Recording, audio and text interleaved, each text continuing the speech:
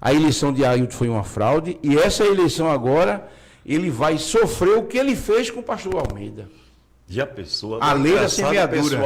O pessoal nem respeita. Ele está ainda na presidência, ele está administrando e o pessoal já está costurando o futuro dele. Até porque ele está podre de rico, né? Aí os pastores aí não querem nem saber de respeito nenhum a ele e diz assim, o importante é que quando ele morrer, que na verdade, Ailton, se você não renunciar logo, é capaz de você morrer.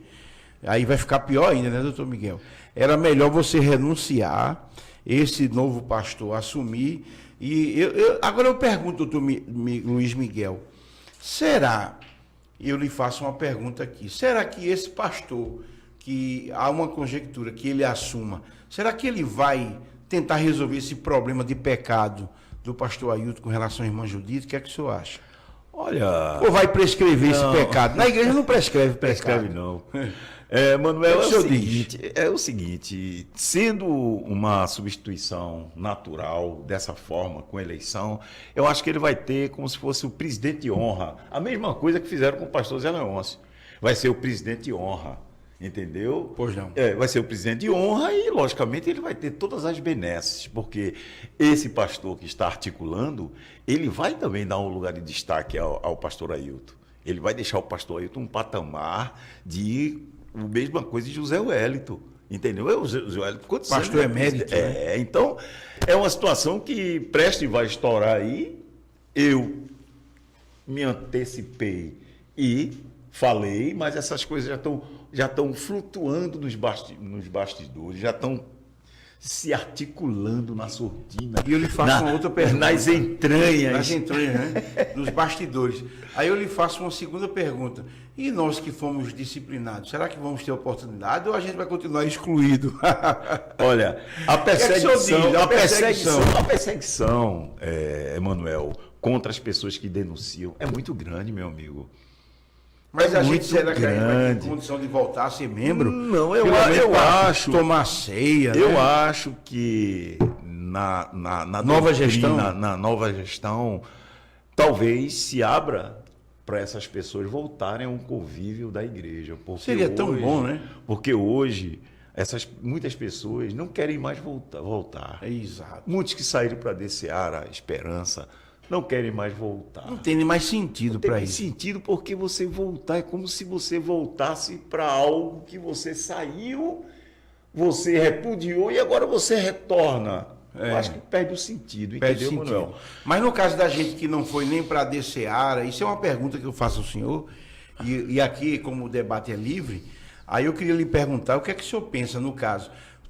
Porque aqui a gente no caso, eu parabenizo aos irmãos que estão na DCA, que estão no caso, Rede de Esperança, na Assembleia de Deus de Jordão, naquele outro missionário que tem uma igreja lá em Limoeiro, a sede em Limoeiro. Eu parabenizo todo mundo que saiu, porque ninguém vai ficar no pé, como diz assim, de um ditador. Mas aí, para aqueles que não foram para lugar nenhum, que ainda estão sofrendo, assim ficaram sem nenhuma igreja, o senhor acha que eles poderão voltar? O senhor acha isso seria interessante? Eu acho que não. Eu acho que não. Eu acho que a igreja ela tem uma história, Emanuel, igreja centenária, a gente sabe disso. E eu tenho, desses 100 e poucos anos, eu devo ter uns 48 anos. Quer dizer, uma parte da minha vida eu vivi na Assembleia. E hoje eu vejo uma Assembleia totalmente desfigurada, totalmente descaracterizada daquela Assembleia que eu conheci. Inclusive tem uma historiadora que ela fez um livro sobre a Assembleia de Deus e ela diz claramente que ela, para ter alguma essência daquele culto da Assembleia de Deus, ela tem que ir para uma igrejinha bem distante dos centros, bem no interior, aquela igreja bem aquela rural. Eu entendo. Pronto, ela disse que vai para essas igrejas para sentir o culto como era antigamente, porque lá ainda se pratica esse culto dessa forma. Eu entendo. Nas grandes cidades, não. A igreja perdeu completamente. A doutrinação hoje é uma doutrinação da prosperidade, é uma doutrinação de regalias, luxo, riqueza, riqueza, suntuosidade. Então, hoje, você vê desfile de moda na igreja, aquela coisa, cada um com seus carrões, aquela coisa toda. Então, esse deslumbre por aquela fantasia de igreja, isso aí faz a captação de muita gente incauta que vai lá e acha aquilo lindo, mas não sabe a essência do Espírito Santo, do pioneirismo, da história verdadeira. Não sabe. Tu tá entendendo? Não, isso aí fica distante. Eu queria até lhe parabenizar por essa leitura que o senhor acaba de fazer, porque isso é uma questão até que a gente usa podemos assim dizer, a gente vai usar o termo na antropologia e também na sociologia. Na antropologia, no sentido da convivência humana, não é, do comportamento humano diante de uma história, de como começou, isso é interessante. E aí, quando aquela raiz ela passa a ter um vínculo de forma totalmente diferente da sua história, as próprias pessoas, aí é parte do ponto de vista da convivência social, aí há uma tristeza muito grande e aí a procura por aqueles trabalhos de raiz. Exatamente, que tem muito isso ainda no interior. Os marcos antigos, né? Aqueles presbíteros antigão, que não sabe nem o português direito. Pro modo, exatamente. Mas tem Deus aquela batiza, essência, com o Espírito tem aquela Santo. essência, que hoje não, hoje na capital, nessas igrejas, nessas metrópoles, a gente perdeu essa essência. Hoje tem uma igreja que é mais desfile de moda, pessoal. E o senhor foi muito feliz quando o senhor identifica essa questão que a sociologia diz, porque, no caso, quando se trata nesse aspecto, aí existe, por exemplo, um público de 6 mil pessoas que vai ao templo central, aquele público ali, eles são desvirtuados pelo presidente da igreja, pelo fato de ele ser rico, aí passa a ter uma frequência de pessoas que querem também ter um padrão de vida alto, tem pessoas ali, não, eu vou comprar até um carro para poder ser visto. Então começa a imperar ali o farisaísmo. Exatamente. E a essência, isso acontece até na Igreja Católica, por exemplo, o Papa Francisco, quando ele assumiu a igreja, né, a Igreja Católica, e as pessoas começaram a ver o tipo de comportamento dele, por exemplo, não querer dormir lá no palácio, rejeitar algumas certas regalias. É interessante isso. E no caso do pastor Ailton é diferente. O pastor Leôncio não tinha segurança armado. Não tinha carro blindado. Andava até no carro dos presbíteros antigos. E aí, quando o pastor Ailton deu esse glamour do dinheiro dos pobres, e nessa riqueza toda, carro blindado, tudo, aí a frequência muda, as pessoas que passam ali já não desejam mais Jesus, deseja dinheiro. Aí começa a prosperidade. Essa sua abordagem é interessante, que existe uma matéria, teologia da prosperidade. Aí mesmo ele falando em humildade ali, mas aquilo é só retórica. Só retórica, é teatro. Aquilo que eu disse a você é teatro. Quando se encena uma peça, o Alto da Compadecida mesmo, é uma peça linda de Ariano Suassuna. É muito bom, eu já vi várias vezes aquela história, que ali tem um cunho de verdade ali, que você nem imagina. É a questão religiosa, a questão da corrupção no sistema religioso. É hoje que a gente vê. Hoje a gente viu na presidência passada a questão da simbiose da política com a igreja. Está entendendo? Você dizer que, olha, para se liberar verba, tem que se procurar o pastor da Assembleia de Deus. Só se libera com o pastor da Assembleia de Deus.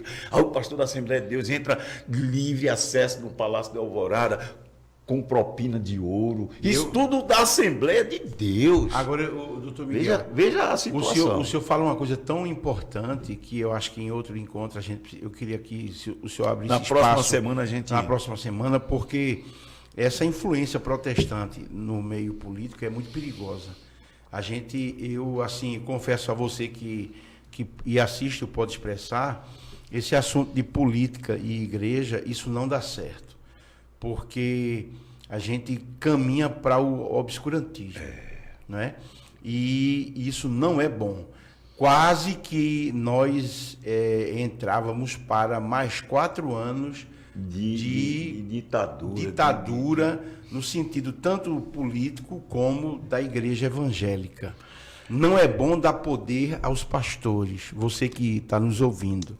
O que o doutor Miguel aborda, e eu gostaria que o doutor Miguel abrisse um espaço aqui no Pode Expressar, para a gente discutir essa questão política e igreja, com mais assim, podemos dizer assim, um debate mais plural. Plural é muito importante, porque a gente sabe que a religião e a política trouxe muitas tragédias ao longo da história. Eu tive medo, tá entendendo? Eu confesso ao senhor que eu tive medo, nesse momento que a gente viveu anterior, próximo a essa eleição de outubro do ano passado, porque nós temos aí 30%, segundo pesquisa do IBGE, e esses 30% quase que muda a história para uma tragédia. É uma tragédia. Aí eu queria trabalhar isso com o senhor. Esses mesmos religiosos que apoiaram o ex-presidente, esses mesmos, depois sofreriam penalidades.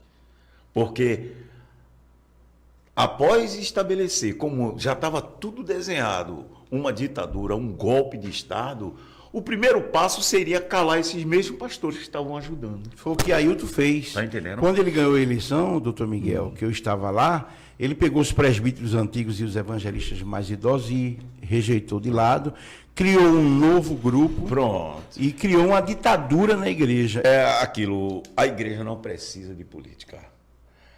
Jesus foi preso exatamente por conta de política, que Jesus denunciava esses bandidos da época. Jesus atacava, Parece até ironia, fariseu, saía quebrando, o pessoal usava o templo para enriquecimento, para comércio, e ele saiu arrebentando tudo exatamente por conta disso, porque a política não se coaduna com a religião. Entendeu? A religião é outra coisa totalmente diferente. Agora, quando você utiliza a religião para a política, dá sustentáculo a política, como hoje tem essa bancada evangélica que tem mais de 150 deputados. Isso é força demais, né, Manuel? É muita força. É muita força. Então, aí o que vai acontecer? Vai continuar a mamata da isenção tributária, vai continuar a mamata da locação. Se você é uma igreja, loca um imóvel, você não paga IPTU. Vê que absurdo. Quer dizer que você faz nenhum imposto. A entidade religiosa paga, Emanuel. IPVA, IPTU, ICD não, meu Deus. É o imposto de transmissão, ITBI, não paga ITBI. É muito bom. Não paga nada. Então esse pessoal navega, sabendo que ninguém vai contrapor. Então, essa é a realidade, a gente vai trazer isso em novo tempo aí. E agradeço muito aí ao pessoal que está nos assistindo. Peço que se inscrevam no canal e façam comentários. Ou negativo ou positivo, mas façam comentários. São bem-vindos. As críticas, elas são bem-vindas. Até mais a todos.